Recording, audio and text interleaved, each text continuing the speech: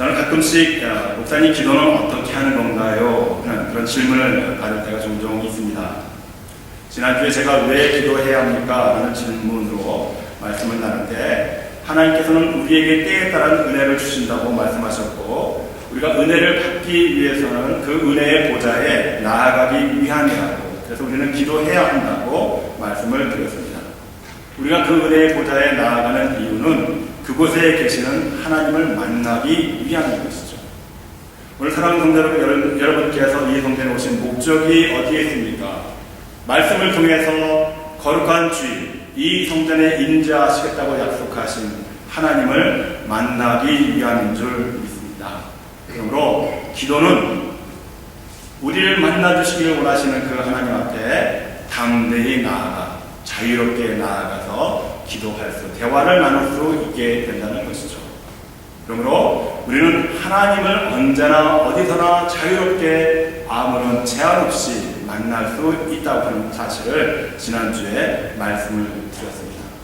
만나서 무엇하기를 원하시는가? 하나님께서 이 자리에 모인 여러분들에게 하나님 각자마다 성품에 하나님의 말씀을 들려주시기를 원하고 여러분들은 한 주간 동안 또 세상에 나아가서 사시면서 지치고 피곤하고 괴로운 인생길에 대해서 하나님 새날들 새로운 한 주간을 살 수 있는 용기를 달라고 힘을 달라고 그렇게 이 장소에 나오신 것 아니겠습니까? 이런 대화가 이루어지는 것이 은혜의 보좌 하나님께서 사랑하시는 오늘도 우리가 찬양 가운데서 우리를 지성소에 나아가게 하는 그런 지성소의 은혜의 보좌 앞에 나온 것이죠. 누가복음 11장 1절의 말씀을 보면 그렇게 예수님께서도 하나님의 은혜의 보좌 앞에 나아가 기도하셨던 것을 우리는 볼 수가 있습니다. 그래서 예수님이 제자들 가운데 한 사람이 이 모습을 보면서 이렇게 질문합니다. 11장 1절에 보니까 예수께서 한 곳에서 기도하시고 마치심에 제자 중 하나가 여짜오되 주여 요한이 자기 제자들에게 기도를 가르치신 것 같이 우리에게도 가르쳐 주옵소서. 기도는 어떻게 해야 합니까? 라고 하는 이 궁금증은 2000년 전에 예수님의 제자나 오늘 이 시대를 살아가고 있는 저와 여러분들을 똑같이 궁금증에 대해서는 똑같은 생각을 갖고 있다는 것을 우리는 볼 수 있게 되는 것이죠. 그러자 예수님께서 2절 말씀에서 이렇게 대답하시죠. 예수께서 이르시되 너희는 기도할 때 이렇게 하라. 그렇게 알려주시면서 하시는 것이 우리가 예배를 드릴 때마다 드리고 있는 주님께서 제자들에게 가르치신 기도였습니다. 자, 그러므로 우리는 기도는 어떻게 해야 합니까? 라고 하는 질문에 대한 확실한 답은 바로 여기에서 찾을 수 있는 것이죠. 기도는 예수님께서 가르치신 그것처럼 드리면 된다는 것이죠. 그런데 예수님께서 제자들에게 너희는 이렇게 기도하라고 가르치신 그 내용은 예수님의 사역 초기에 그러니까 제자들이 예수님께서 부탁하신 사역을 임하기 전에 아직 준비가 덜 된 상태에서 제자들에게 너희는 이렇게 기도하라 가르쳤던 그 내용을 우리가 알 수가 있는 것이죠. 그래서 예수님께서는 그들의 믿음과 신앙이 성숙해지기 위해서 더욱더 큰 담대함을 얻기 위해서 너희는 이렇게 기도하라 그렇게 가르치신 것입니다. 반면에 오늘 본문의 말씀은 예수님께서 그런 사역을 다 마치시고 십자가에서 죽으실 것을 바라보시면서 기도하고 계셨던 그런 장면이었습니다. 그러므로 이 장면에서는 예수님께서 하고 계시는 기도의 내용이 무엇인가 우리에게 가르쳐주시는 그 기도의 내용이 중요한 것이 아니라 기도의 자세에 대한 중요성이 더욱더 부각되는 것을 우리는 깨달을 수 있게 된다는 것이죠. 사랑하는 성도 여러분, 신앙생활을 얼마나 했는지 누구보다도 여러분들이 더 잘 아실 것입니다. 그렇다면 신앙생활을 처음 했던 여러분들의 기도의 내용과 지금 나의 기도의 내용에는 어떤 변화가 있습니까? 그리고 여러분들이 처음 신앙했을 때에 기도했던 자세와 지금의 자세와는 어떤 변화를 갖고 계십니까? 저는 오늘 여러분들과 함께 기도는 어떻게 합니까? 라고 하는 질문 속에서 오늘 본문의 말씀으로 기도의 자세에 대해서 말씀을 드리면서 우리가 그 답을 찾고자 합니다. 먼저 본문 속에서 찾을 수 있는 첫 번째 자세는 기도는 깨어 있어야 한다는 것입니다. 예수님께서 십자가의 죽음을 앞에 두고 마지막 날 밤에 기도하러 가시는데 혼자 가시지 않고 제자들과 함께 하셨습니다. 그리고 예수님께서 함께 간 그 제자들에게 너희들은 여기서 깨어 있어 기도하라 그렇게 말씀하시고 예수님은 조금 떨어진 곳에 가셔서 따로 기도하셨습니다. 여러분, 이때의 장면을, 이 상황을 한번 머릿속에 상상해 보시기를 바랍니다. 이제 예수님의 나이 33입니다. 아직 성경에 보니까 장가갔다고 하는 말도 없었습니다. 부는 몰라도, 풍요롭게 산 그 삶을 아닐지는 몰라도 그래도 33년 동안 살면서 하나님의 말씀을 다니는 곳마다 전하시고 그래서 수없이 많은 기적을 베푸셨습니다. 그 결과로 예수님께서 가시는 곳마다 구름대 같은 사람들이 몰려들어서 예수님을 환영하고 예수님의 말씀을 경청하고 또 예수님의 제자가 되려고 결단하는 그런 모습에 있었던 사람이었습니다. 그런데 하나님께서 내가 정말 저 사람들을 사랑한다고 하면 십자가 위에서 죽으라는 것입니다. 그것도 그 당시에는 생각하기에도 너무나 끔찍한 십자가 위에서 손과 발목이 못으로 고정당한 채 허리에 창이 들어와서 내 몸 안에 담고 있는 모든 피를 다 흘리기까지 육체에 말할 수 없는 고통 중에서 죽어가는 그런 처참한 죽음을 죽으라고 택하라는 것입니다. 이러한 죽으심 앞에 선 예수님의 심정에 대해서 오늘 본문 말씀이 이렇게 증거하고 있습니다. 37절과 38절의 말씀입니다. 베드로와 세베대의 두 아들을 데리고 가실새 고민하고 슬퍼하사 이에 말씀하시되 내 마음이 심히 고민하여 죽게 되었으니 너희는 여기 머물러 나와 함께 깨어 있으라 하시고, 이것이 이 마음이 바로 죽음을 목전에 둔 청년 예수의 솔직한 고백일 수밖에 없는 것이죠. 내 마음이 지금 십자가 위에서 죽을 것을 생각하니까 가슴이 아프고 답답합니다. 괴롭습니다. 그러니 나와 함께 깨어 기도하자라고 부탁하시는 예수님의 인간적인 모습을 우리는 볼 수 있게 되는 것 아니겠습니까? 얼마나 예수님께서 이러한 고통과 답답한 심정 속에서 기도에 집중하시기를 원하셨던지 오늘 우리가 읽은 본문의 말씀 36절에서 46절까지의 말씀 중에서 38절에 이어서 40절에서도 너희가 나와 함께 한 시간도 이렇게 깨어 있을 수 없더냐 또 말씀하셨고, 또 41절에서도 깨어 있어 기도하라고 계속 깨어 기도할 것을 권면하고 있는 것을 우리는 보게 되는 것이죠. 그러므로 우리는 어떻게 기도해야 합니까? 깨어 있어야 한다는 것입니다. 그러면 깨어있는 기도는 어떤 기도입니까?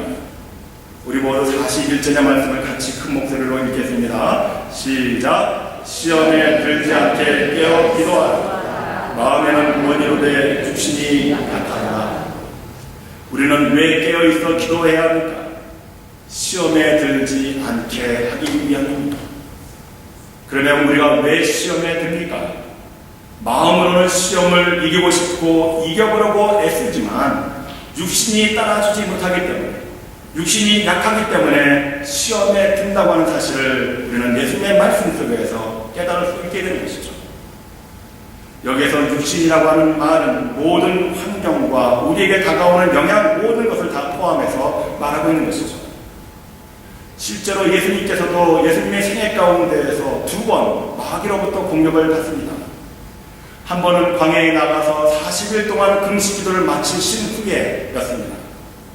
마귀가 예수님을 찾아와서 40일 동안 금식해서 배고픈 예수에게 이 돌들을 떡덩이가 되게 하라고 유혹합니다. 그리고 마귀는 거룩한 곳 성전 꼭대기로 예수님을 데리고 올라가서 그 높은 곳에서 뛰어내리라고 말합니다. 그리고 마지막으로 마귀는 본색을 드러냅니다. 내 발에 엎드려서 나를 경배하라. 그러면 내가 이 모든 것을 너에게 주겠다. 마귀가 말하고 있는 이 모든 것, 이 모든 것들이란 바로 육신에 해당하는 것, 떡과 명예와 권력, 이 모두를 주겠다고 하는 유혹이었던 것이었죠. 우리는 이러한 상황에서 예수님께서 하나님의 말씀으로 마귀를 물리쳐셨던 것을 잘 알고 있습니다. 그 후에 또 다른 시험이 바로 오늘 본문의 겟세마네 동산에서였습니다. 이번에도 마귀는 예수님의 육신의 약함을 이용했습니다. 십자가의 죽음을 앞에 두고 예수님의 마음에 한없는 두려움과 무서운 마음을 갖게 된 것입니다. 그러자 예수님은 십자가의 그 끔찍한 죽음과 고통 앞에서 심히 두려워 떨면서 번민하게 되었습니다. 얼마나 무섭고 두려우면 내 마음이 매우 고민하여 죽게 되었다라고 이제까지 전혀 볼 수 없었던 나약한 모습을 제자들 앞에서 보여주기까지 하셨겠습니까? 그래서 아버지여 할 수만 있으면 이 십자가가 내게서 그냥 지나가기를 원합니다. 그렇게 기도하셨습니다. 여기에서 우리가 깨닫는 것은 무엇입니까? 마귀의 유혹, 사탄의 시험은 누구도 견딜 수 없을 정도로 강력하다는 것입니다. 복음서에서 만나는 예수님의 모습에는 언제나 그 마귀를 물리치셨던 능력과 권세가 있었습니다. 그런데 겟세마네 동산에서는 왠지 모르게 번뇌와 고민 속에서 괴로워서 어찌할 수 없는 나약한 인간의 모습을 우리는 만나게 됩니다. 바로 이 모습이, 이것이 솔직한 마귀와의 영적 전쟁의 모습인 것이죠. 이 유혹과 시험을 이기기 위해서 어떻게 기도하셨습니까? 깨어서 기도하셨다는 겁니다. 성경 속의 인물 중에 이처럼 마귀의 시험 때문에 무너진 사람들이 얼마나 많이 있습니까? 우리가 잘 알고 있는 사사기에서의 삼손을 들어봅시다. 삼손은 나귀뼈 하나를 가지고 블레셋 사람 1000명을 쳐 죽이고 맨손으로 사자를 때려잡은 사람이었습니다. 그런데 그가 드릴라라고 하는 여자 한 사람에게 넘어가서 두 눈이 뽑힌 채 짐승처럼 죽어갔던 것을 우리는 보지 않았습니까? 여러분들은 예수님의 12제자 가운데에서 가장 신임을 받았던 사람이 누구라고 생각하십니까? 아마도 그는 가룟 유다였을 것입니다. 왜냐하면 가룟 유다는 예수님과 12제자의 돈 주머니를 맡고 있었던, 재정을 관리했었던 그런 사람이었기 때문입니다. 그런 가룟 유다가 가끔씩 그 돈에 손을 댑니다. 부정을 저지르고 한두 번 그렇게 하다가 결국에는 마귀가 그 가룟 유다로 하여금 만약에 내가 예수님을 팔면 얼마만큼의 돈을 받을 것인가, 그런 생각을 갖게 하는 것이죠. 이미 가룟 유다의 마음에 예수를 돈으로 환산한 그 가룟 유다의 마음은 결국 마귀의 조종대로 예수님을 팔아넘기지 않았습니까? 그래서 오늘 말씀에서 예수님이 시험에 들지 않게 깨어 기도하라고 3번씩이나 강조하고 계신 것을 우리는 만날 수 있게 됩니다. 사람이 시험에 들게 되면 모든 것이 다 마비가 됩니다. 귀가 있어도 듣지 못하고 눈이 있어도 보지를 못합니다. 영적인 마비로 인해서 하나님의 말씀이 들리지 않고 하나님의 사랑과 은혜를 보지 못하게 되는 것이죠. 그래서 찬양 대신에 원망이, 기도 대신에 불평이, 헌신 대신에 회방 놓는 사람으로 타락하게 된다는 것입니다.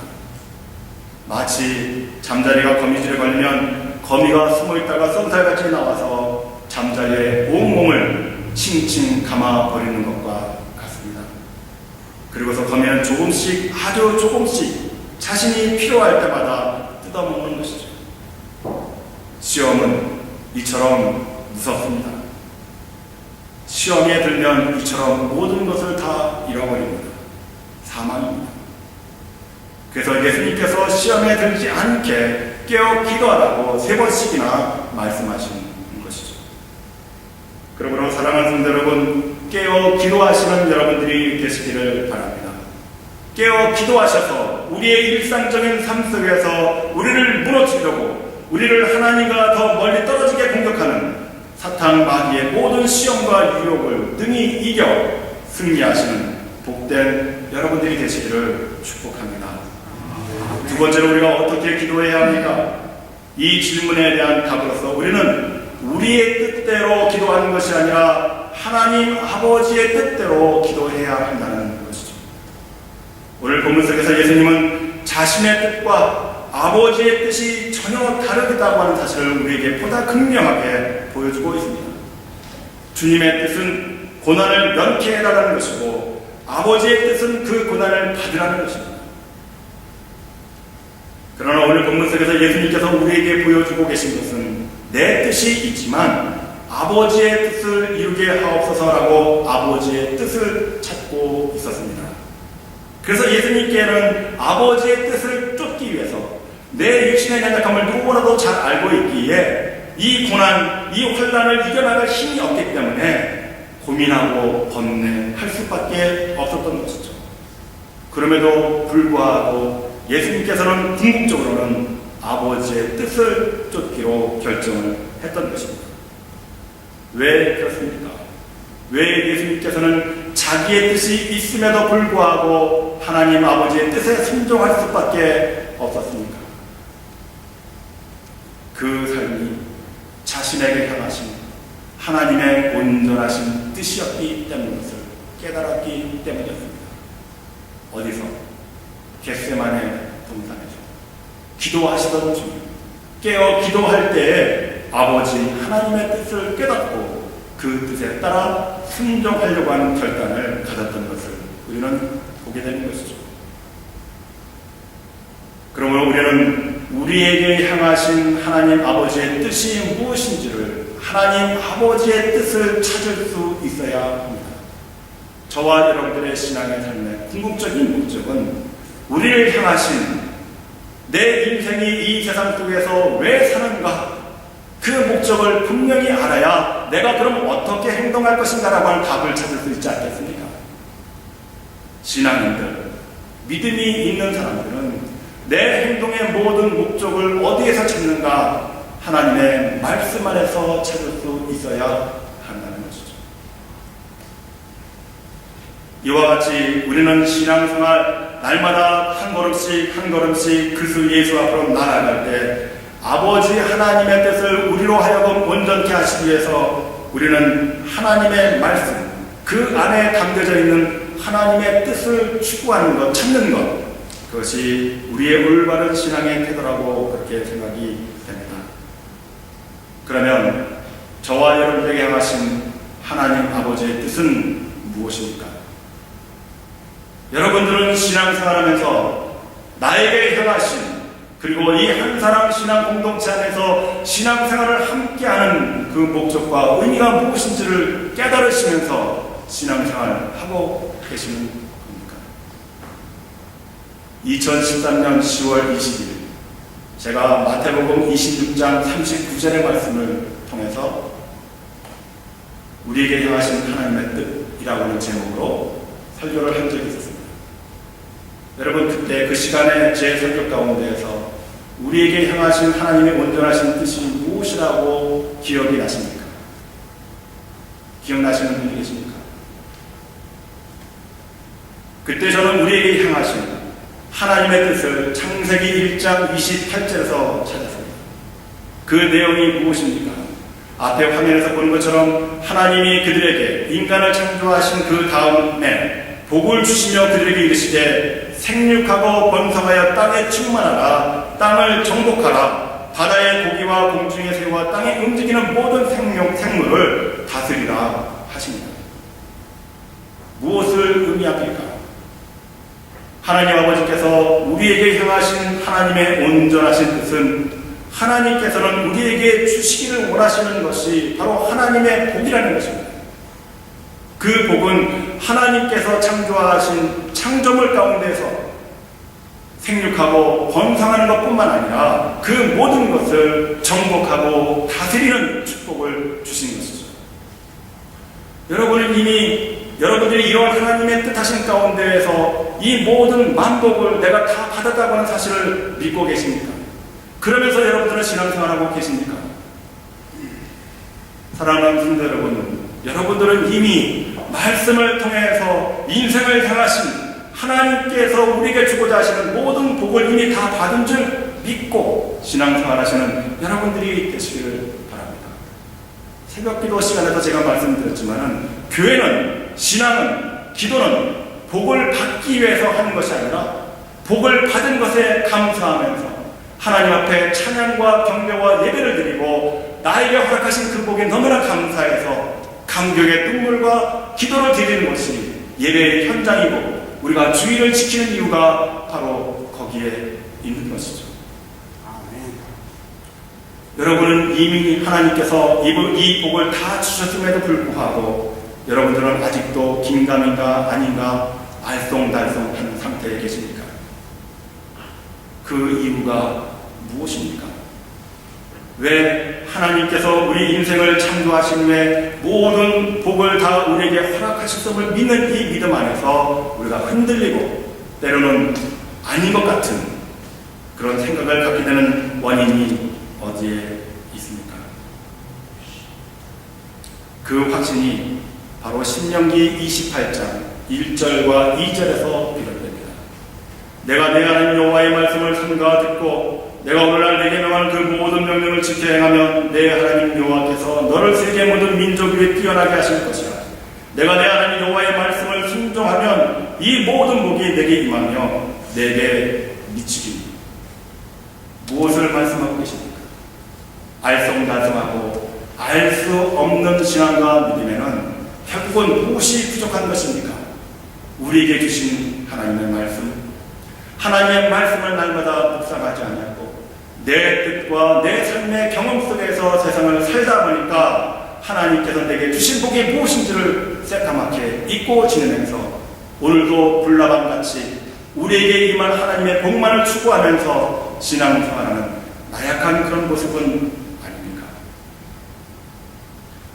이 말씀은 분명히 하나님과 이스라엘 백성들이 맺은 언약의 말씀이었습니다. 이스라엘 백성들에게 끊임없이 요구하시는 하나님의 뜻이 무엇입니까?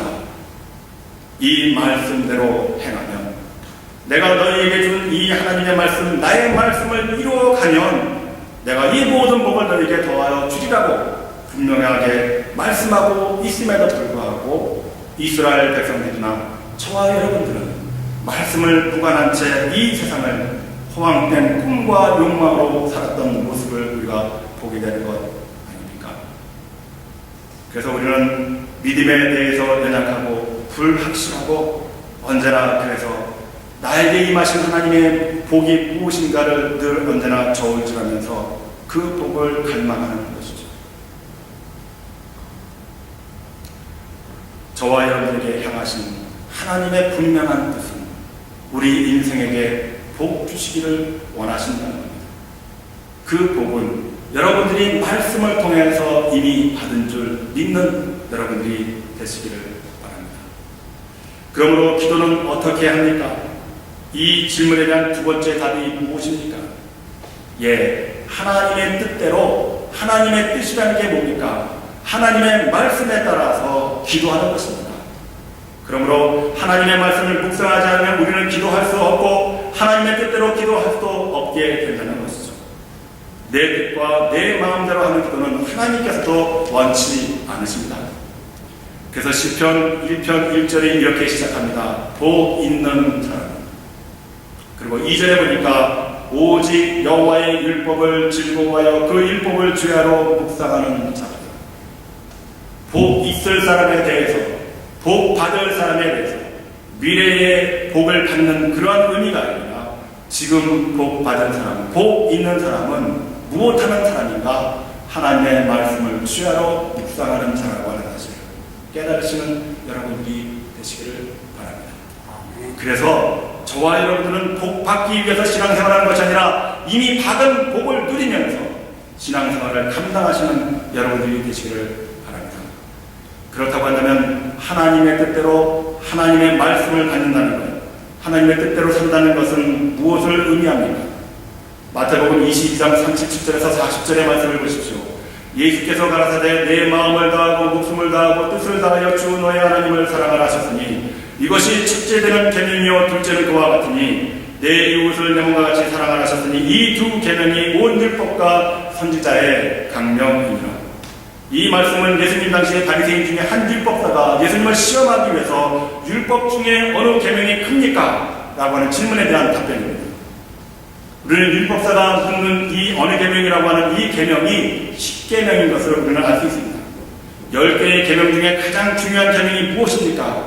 그런 질문이었습니다.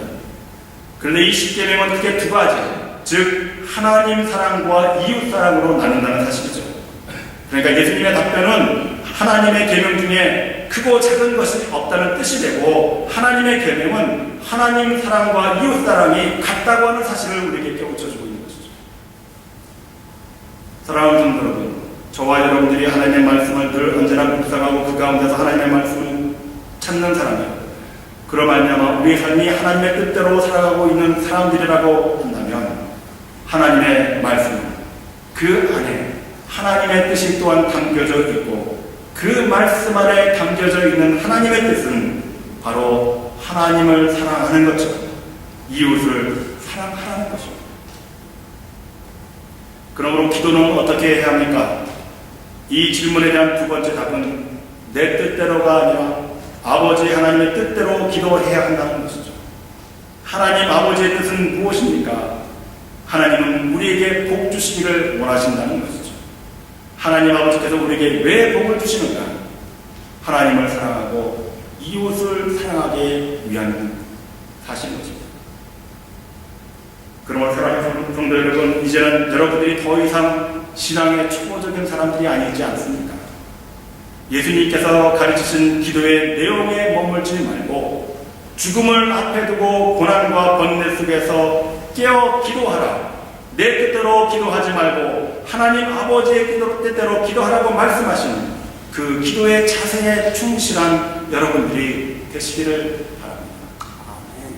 연약한 믿음, 불쌍한 인생의 모습, 무언가 달라고 조르는 어린아이의 모습을 가지고 신앙생활 하지 마시고 담대하게 하나님께서 세상 권세, 나에게 모든 것을 이길 수 있는 능력을 주셨고 모든 것을 누릴 수 있는 부를 주셨다고 하는 이 믿음 안에서 담대하게 자유롭게 이 성전에 나와서 무엇이든지 하나님 뜻대로 구하시는 여러분들 되셔서 복의 근원의 축복의 사람들이 되시기를 주의 이름으로 간절히 축복합니다.